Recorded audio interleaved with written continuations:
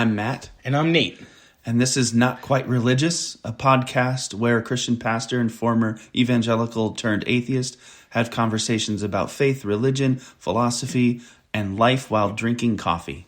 Welcome to episode 3, where we discuss Reformed theology and dialectic interpretations of the Bible, and how they've both shaped our current beliefs and standings. So, welcome, Matt. Hi, Nate. Just want to say, this week, both of us have our phones turned off and or in airplane mode, so that should be good. I also hopefully won't cough into the microphone like I did. It was, Yeah. I also want to thank those of you who've listened, subscribed, given us feedback. We really appreciate it. Definitely. Yeah, we're open to you guys joining the conversation on our Facebook, Twitter, Instagram, podcast pages, which Facebook and Instagram are Not Quite Religious. I guess the @ Not Quite Religious, and Twitter is at NQ Religious, because Twitter wouldn't let us have the whole thing. It was too long of a handle, so it was like Not Quite Religia. Oh, do we blame Elon Musk? Not yet. Okay. But I will soon. when it comes around. Yeah. It sort of dates where we are. We're actually at Maundy Thursday on Holy Week for those of you who practice those things. So I really appreciate Matt coming down to the studio. And by studio, I mean my coffee table in my living room. The living room is excellent. The coffee is almost excellent. And yeah, I'm glad to be here. I'm not going to mention what brand of coffee just in case we get a sponsor later on. But, those of you who have listened are, I'm sure you've heard ads beforehand. Those actually help pay for coffee. So if you have brands of coffee you want me and Matt to try, we are also open to that. As I said, today we're going to talk about Reformed theology. We should probably talk about what that is quickly, what it means, before we talk about why I think we both don't believe it and why I did get so sucked into it to begin with. Yeah, so I'm a Christian who's not Reformed, and you're an atheist who's not a Christian, so you're not Reformed or anything. Right. But Reformed is... I probably have a little more Reformed in me still as an atheist. Like, I don't believe in free will, as I think most people use it. Where, Calvinist and Reformed are the same thing. They also don't believe in free will, but for very, very different reasons. Yeah, for those of you who aren't deconverted or deconstructing Christians, that term Reformed probably is... That can be a really confusing term for people that aren't in on it, because I think in most cases, Reformed is sort of viewed as on the liberal side of things. Right. Or like you want to reform criminals instead of punishing them. Right. Like, or I've gotten over some kind of addiction. I've reformed, or but Reformed is actually in relation to the Catholic Church. You go back to the Reformation with Martin Luther, the Reformation. So Martin Luther viewed what he was doing not necessarily starting a new church, but as reforming the church that existed. The church didn't like that, obviously, and so they basically told Luther, actually, you're not a part of the church. So that's how Lutheranism came to be. And technically, Lutheranism is still not Reformed; it's its own thing. Yeah. It's Lutheranism, and from that Lutheranism in Western Europe around the 1500s, 1600s, 1517. There was a lot more freedom than there was in the Middle Ages in terms of like thought and who could share theology and what they could say. So all of these different ideas boomed out, and some caught on more than others. And one that caught on in particular was the thought and theology of John Calvin, which agreed with Luther in a lot of things and then deviated from Luther on some other things. One of those things being the idea of predestination. And Calvin was the guy who really championed this idea of not only predestination, but double predestination. Right. And that God chooses who goes to heaven and who goes to hell before the beginning of time. And that is overgeneralized statement about Calvinism, but that's kind of like the main thing people think of when they think of Calvinism. And so when you're talking about Calvinism and Reformed being synonymous, I take that to be true. Basically, Reformed theology is Calvinism. as distinct from Lutheranism, as distinct from Catholicism.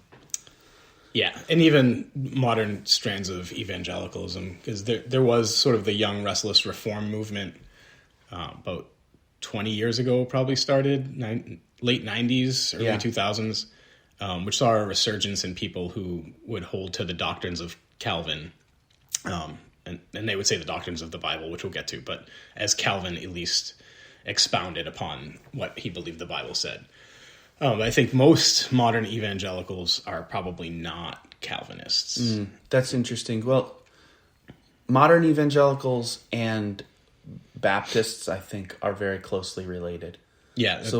So Baptists were one of the last branches that came out of the Reformation. You think Anabaptists, like Moravians, like Quakers, like free churches, those kinds of things. And so being free churches, they were kind of free to adopt like doctrines without it necessarily being attached to a presbytery or an organization.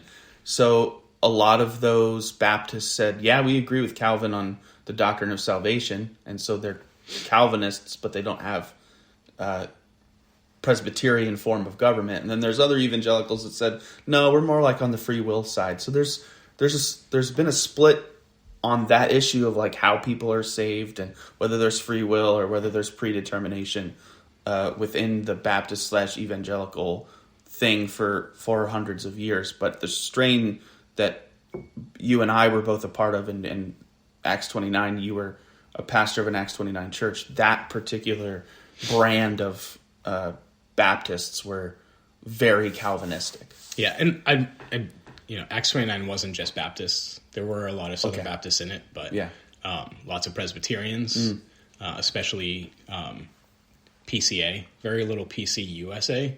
For you guys can look up what the PCA is. The sort of very strict interpretation of the Bible, and PCUSA is what we'd call a liberal church, I think. Some evangelical free churches, part of Acts 29. I'm sure there are lots of others now. But just so our listeners are aware, if you're not Reformed, you're called Arminian, or at least Arminianism would teach that there is free will and you get to choose whether you want to go to heaven or not by your actions here. You could also lose your salvation. And then regain it, and then lose it and regain it, where in Reformed theology, you can't lose it. Or if you do lose it, you can never get it back, depending on which sort of how you read Hebrews 6 and a few of those other verses. Yeah, like Poison. Like some people. You mean like the band? I know. I don't know. Like like everybody drinks a Coke, but one of them is poisoned, and like the one Calvinist that drank the poison one can never get it back. Yeah. So I think a lot of Christians in the Reformed circles would potentially say that I'm unable to be saved because I've drank from the well of eternal life and rejected it. And I think there are others, actually I know there are others who are like, we think on your deathbed you're going to reconfess Christ, or at least before I die, not necessarily on my deathbed, and we'll be okay because you did all these things and you had fruits of the Spirit, and we could see God working in you, and right now you just have a hard heart for whatever reason. Is that them hoping for you, or is that them hoping for their own selves? Yes. I think it's probably both. I mean, the people who are still hanging out in my life who are Christians, I think love me and respect me and care for me and don't want to see me burn for eternity in conscious torment, which I think is a whole other right. But I also think there is some you need to preserve your worldview, right? So if this guy who was preaching the word, baptizing people, leading the lost to Christ, casting out demons, which will be a whole other episode. Like, how can you do those things and not be a Christian, right? Like Jesus clearly teaches that the devil can't drive out the devil. So if you're casting out demons, and it seems like I was at the time, very, very scientific explanations for it now. But if they're believing that, Satan can't cast out Satan, so it had to be something else, right? So that had to be the Holy Spirit in me. Yeah, that's intense. That's some intense stuff. I don't have much experience with that kind of weirdness. Well, I mean, I guess if I'm honest, I don't have actual experience casting out demons either. So at the time, we certainly thought so, and anyway. Back to Reformed soteriology, which is just a big word meaning how one's saved. I think Calvinism has 5 solas, which means only. So there's sola scriptura, sola Christus, sola fide, sola gratia, and solo Deo gloria, which is fancy ways of saying the Bible's the ultimate authority. We don't need the Catholic Church or the Orthodox Church telling us what to do. We can read the Bible and figure out what it says. Christ is the only way to salvation. That's through faith, which is fide, through grace, which is gratia. And the whole reason that God saves you is so that he gets glory. You want to add anything to that? I just want to say that the term Arminian is within the framework of Reformed theology. So Arminians aren't Calvinists, but like that was like a debate between a Dutch Reformed dude named Joseph Arminius, and who was like, no, I kind of believe in free will, and the Calvinists were like, okay, so everyone who agrees with you is Arminian, but basically and a heretic, and a heretic. But basically, the Orthodox Church and the Catholic Church agrees with Arminius on that point. So it's not just Arminians who are free willists. It's actually the vast majority of the church throughout human history. I think Calvinists would disagree with you and point all the way back to St. Augustine. Yes. I believe Coptics are also not true. So some of the more ancient traditions that didn't come out of the Reformation / Enlightenment, which sort of simultaneous. Yeah, they played hand in hand a little bit. Yeah. So, one of the things Matt had brought for this podcast and said he wanted to discuss is sort of why I was Reformed, why he's not Reformed, how that kind of informs our story. And not that every week is going to be like us talking about who we are, although, we are, our views are shaped on who we are and where we've been. So I only ever talk about myself. Yeah, that's people, right? Yeah. The most important person in the room is me. And by me, I mean everyone. Yeah, I think you're the most important person in the room, too. That's not true. You have a much better radio voice. Like, a lot of people have commented, like, Matt should be on talk radio. That's nice. Yeah. So I guess... I was part of Acts 29, which one of the stipulations to be part of that church planting network is that you are Reformed, because every organization needs its own distinction. So they're not letting everyone in. So I believed it. I think I guess so. When I joined the church I joined, I had some knowledge of the Bible, but not a super ton. And the church I was a part of at that point, I don't think was Reformed, but it was definitely a debate going on.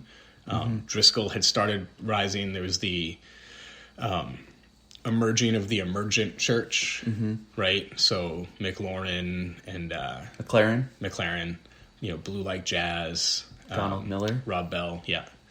And so, there's this pull of these guys are moving more and more liberal, universalism. Love Wins, which Love Wins came later. But then you have guys like Driscoll and Piper, grumpy John MacArthur, who are kind of yelling at these guys, telling them that they're wrong. So even within the church I was at, there's a debate going on. And I think as I was reading the Bible, I became Reformed because I'm pretty sure the Bible is Reformed. And I know that that's going to upset a lot of Catholics and Orthodox and Coptics. And No, I think that's the interesting point, is that the non-Christian in the room has a very Reformed way of interpreting the Bible, a very Reformed hermeneutic. Yeah. That's the interesting dynamic. And then I, who take the Bible, some might say, well, some people will say, I, who take the Bible less seriously than Nate does, am the one who's professing to be a Christian. Well, the dynamic's fascinating. I don't know if less serious. I think maybe some of them would say